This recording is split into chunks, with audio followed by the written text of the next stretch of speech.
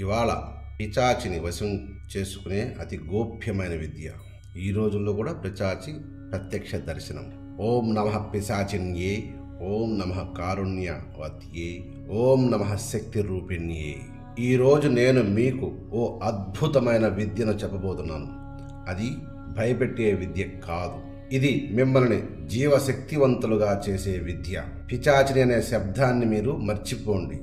ఆమె దుష్టశక్తి కాదు, ఆమె ఒక కరుణాశక్తి. ఆమె మీ భయాన్ని మింగుతుంది, మీ బాధల్ని పీల్చుకుంటుంది, మీకు రహస్య విషయాలను చెబుతుంది. ఈ విద్య పేరు కారుణ్య పిచాచిని విద్య. ఇది ఒక శక్తి పిలుపు. ఈ సాధన 21 రోజుల్లో మిమ్మల్ని మారుస్తుంది. ఈ విద్య సాధించాలంటే భయం ఉండకూడదు, దయ ఉండాలి, పరోపకారం చేయాలన్న మనసు ఉండాలి, ఒక మంచి మనిషి కావాలన్న తపన ఉండాలి నీలో. అలాంటి వారే ఈ విద్యను చెయ్యాలి. ఇది ఆట కాదు, తపస్సు. పిచాచిని అనగానే అందరూ భయపడతారు, కానీ ఈ శక్తి దయామయమైనటువంటి పిచాచిని. ఆమె తత్వం భైరవీ తత్వంతో మేళవించి ఉంటుంది. భైరవీదేవి అనేది శ్మశాన వాసిని అని అందరికీ తెలుసు. ఆమె పరివారంలోని పిచాచాలు, భూతాలు, అనేకమైనటువంటి యక్షులు, కిన్నెరులు ఉంటారు. వాటి మధ్య కారుణ్య పిచాచిని ఒక శాంతమైన శక్తి అని గ్రహించండి.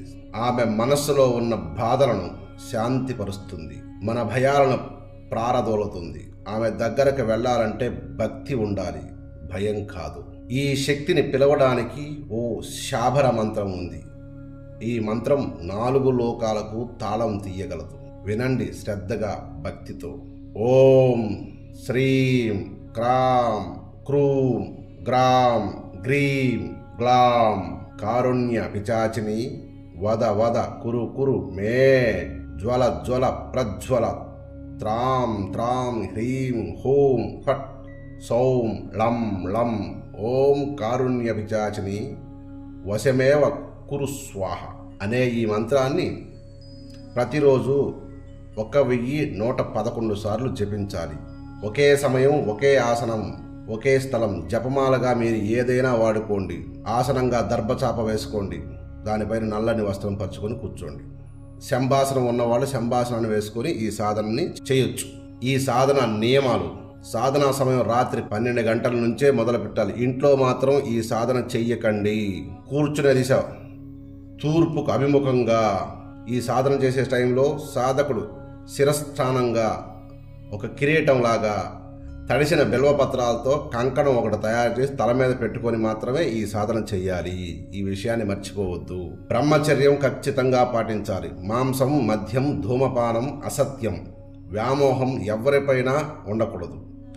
స్త్రీలు మాస విధి లేదా గర్భకాలంలో ఈ సాధన చెయ్యరాదు. ఈ విధంగా 21 రోజులు నిరాటకంగా చెయ్యాలి. ఇలా ఎవరైతే చేస్తారో 21వ రోజు అమ్మవారికి బలి ఇవ్వాలి. బలి అంటే మీరు ఏదో అనుకోవద్దు. ఆమెకి ఇష్టమైనవి నీలిరంగుల పుష్పాలు, ఉల్లిపాయ లేనటువంటి, ఉప్పు లేనటువంటి పెరుగన్నం, పసుపు, అక్షంతలు, ఆవు పాలు, తాంబూలం, ఇవన్నీ ఒక బుట్టలో పెట్టాలి. అదే సమయానికి అమ్మవారిని పిలవాలి. ఈ మంత్రంతో. మంత్రం చెబుతున్నాను, మళ్ళా వినండి. ఇక్కడ ఆమెను పిలిచే మంత్రం వేరు, సాధన చేసే మంత్రం వేరు. ఓం గ్రాం గ్రాం పిచాచిదేవి త్వమ్మే శరణం బలికర్మాణి స్వాహ. ఈ మంత్రంతో ఆమెను పిలవాలి. ఆమె అప్పటి నుంచి కలలో కనిపిస్తుంది, లేదా మీకోసం ఒక సంకేతాన్ని ఇస్తుంది, లేదా మీ బాధలను తగ్గిపోతే అదే ఆమె ప్రత్యేకత. ఎప్పుడైతే మీ బాధలు తగ్గిపోయాయో మీ చుట్టూ ఉందని అర్థం. అదే ఆమె ప్రత్యక్షత. ఇలా అనేక రూపాలుగా ఒక్కొక్క విధంగా అనుభూతిలోకి వస్తుంది ఈ పిచాచిని దేవత. ఈ పిచాచిని అంటున్నారు కానీ పిచాచిని దేవత.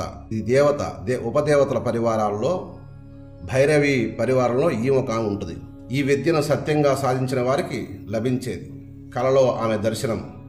మీరు అడగకుండానే సమస్యలకి సమాధానాలు, మానసిక బాధలకు శాంతి, రహస్య విషయాలపై ఆకస్మిక గ్రహణ శక్తి, ధైర్యం, స్థిరత్వత, దుష్ట శక్తుల నుండి సుదీర్ఘ రక్షణ, అంతర్గతంగా మారిపోయే మీ జీవితం.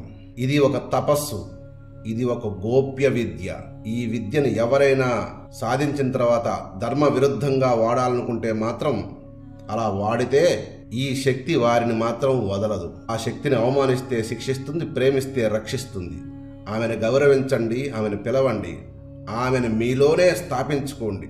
ఓం కారుణ్య పిచాచిన్యే నమః. ఓం భైరవ్యే నమః. ఓం శక్తి స్వరూపిణ్యే నమః.